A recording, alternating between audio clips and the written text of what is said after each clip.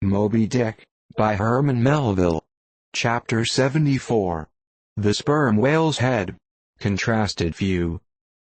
Here, now, are two great whales, laying their heads together. Let us join them, and lay together our own. Of the grand order of folio leviathans, the sperm whale and the right whale are by far the most noteworthy. They are the only whales regularly hunted by man.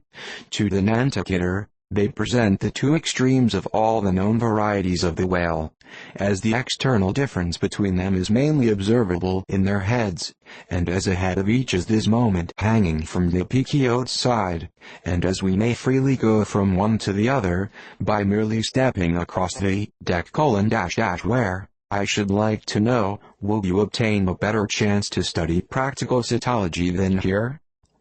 In the first place, you are struck by the general contrast between these heads. Both are massive enough in all conscience, but there is a certain mathematical symmetry in the sperm whales which the right whale sadly lacks. There is more character in the sperm whale's head. As you behold it, you involuntarily yield the immense superiority to him in point of pervading dignity. In the present instance, too, this dignity is heightened by the pepper and salt color of his head at the summit, giving token of advanced age and large experience. In short, he is what the fishermen technically call a gray-headed whale. Let us now note what is least dissimilar in these heads, namely, the two most important organs, the eye and the ear. Far back on the side of the head, and low down, near the angle of either whale's jaw, if you narrowly search, you will at last see a lashless eye, which you would fancy to be a young colt's eye, so out of all proportion is it to the magnitude of the head. Now, from this peculiar sideway position of the whale's eyes, it is plain that he can never see an object which is exactly a head, no more than he can one exactly astern. In a word, the position of the whale's eyes corresponds to that of a man's ears, and you may fancy, for yourself, how it would fare with you, did you sideways survey objects through your ears. You would find that you could only command some 30 degrees of vision in advance of the straight side line of sight, and about 30 more behind it. If your bitterest foe were walking straight towards you, with dagger uplifted in broad day, you would not be able to see him, any more than if he were stealing upon you from behind. In a word, you would have two backs, so to speak, but, at the same time, also, two fronts, side fronts, for what is it that makes the front of a man? What, indeed, but his eyes? Moreover, while in most other animals that I can now think of, the eyes are so planted as imperceptibly to blend their visual power, so as to produce one picture and not two to the brain, the peculiar position of the whale's eyes, effectually divided as they are by many cubic feet of solid head, which towers between them like a great mountain separating two lakes and valleys, this, of course, must wholly separate the impressions which each independent organ imparts. The whale, therefore, must see one distinct picture on this side, and another distinct picture on that side, while all between must be profound darkness and nothingness to him. Man may, in effect, be said to look out on the world from a sentry box with two joint sashes for his window. But with the whale, these two sashes are separately inserted, making two distinct windows, but sadly impairing the view. This peculiarity of the whale's eyes is a thing always to be borne in mind in the fishery, and to be remembered by the reader in some subsequent scenes. A curious and most puzzling question might be started concerning this visual matter as touching the leviathan, but I must be content with the hint. So long as a man's eyes are open in the light, the act of seeing is involuntary. That is, he cannot then help mechanically seeing whatever objects are before him. Nevertheless, anyone's experience will teach him that though he can take in an undiscriminating sweep of things at one glance, it is quite impossible for him, attentively, and completely, to examine any two things, however large or however small, at one and the same instant of time, never mind if they lie side by side and touch each other. But if you now come to separate these two objects, and surround each by a circle of profound darkness. Then, in order to see one of them, in such a manner as to bring your mind to bear on it, the other will be utterly excluded from your contemporary consciousness. How is it, then, with the whale? True, both his eyes, in themselves, must simultaneously act, but is his brain so much more comprehensive, combining, and subtle than man's, that he can at the same moment of time attentively examine two distinct prospects, one on one side of him, and the other in an exactly opposite direction?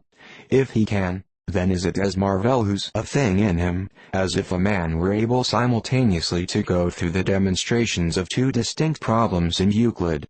Nor, strictly investigated, is there any incongruity in this comparison.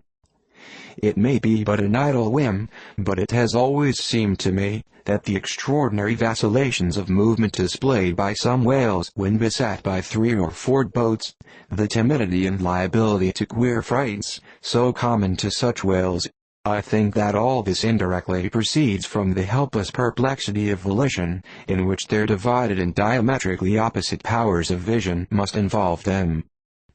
But the ear of the whale is full as curious as the eye. If you are an entire stranger to their race, you might hunt over these two heads for hours, and never discover that organ. The ear has no external leaf whatever, and into the hole itself you can hardly insert a quill, so wondrously minute is it. It is lodged a little behind the eye. With respect to their ears, this important difference is to be observed between the sperm whale and the right. While the ear of the former has an external opening, that of the latter is entirely and evenly covered over with a membrane, so as to be quite imperceptible from without. Is it not curious, that so vast a being as the whale should see the world through so small an eye, and hear the thunder through an ear which is smaller than a hare's? But if his eyes were broad as the lens of Herschel's great telescope, and his ears capacious as the porches of cathedrals, would that make him any longer of sight, or sharper of hearing? Not at all. Why then do you try to enlarge your mind? Subtilize it.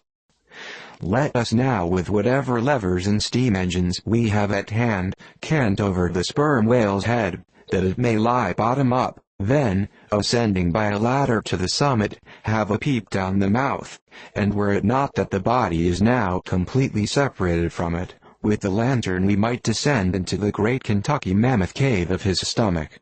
But let us hold on here by this tooth, and look about us where we are. What a really beautiful and chaste-looking mouth! From floor to ceiling, lined, or rather papered with a glistening white membrane, glossy as bridal satins. But come out now, and look at this portentous lower jaw, which seems like the long narrow lid of an immense snuff-box, with the hinge at one end, instead of one side. If you pry it up, so as to get it overhead, and expose its rows of teeth, it seems a terrific portcullis, and such, alas! It proves to many a poor wight in the fishery, upon whom these spikes fall with impaling force. But far more terrible is it to behold, when fathoms down in the sea, you see some sulky whale, floating there suspended, with his prodigious jaw, some 15 feet long, hanging straight down at right angles with his body, for all the world like a ship's jib-boom. This whale is not dead. He is only dispirited, out of sorts, perhaps, hypochondriac, and so supine, that the hinges of his jaw have relaxed, leaving him there in that ungainly sort of plight, a reproach to all his tribe, who must, no doubt, imprecate lockjaws upon him.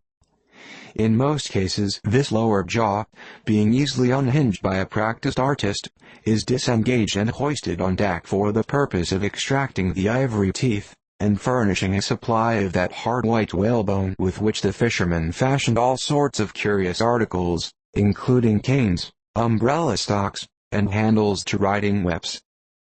With the long, weary hoist the jaw is dragged on board, as if it were an anchor, and when the proper time comes, some few days after the other work, Pequod, Daggoo, and Tashgo, being all accomplished dentists, are set to drawing teeth, with a keen cutting spade, Pequod lances the gums.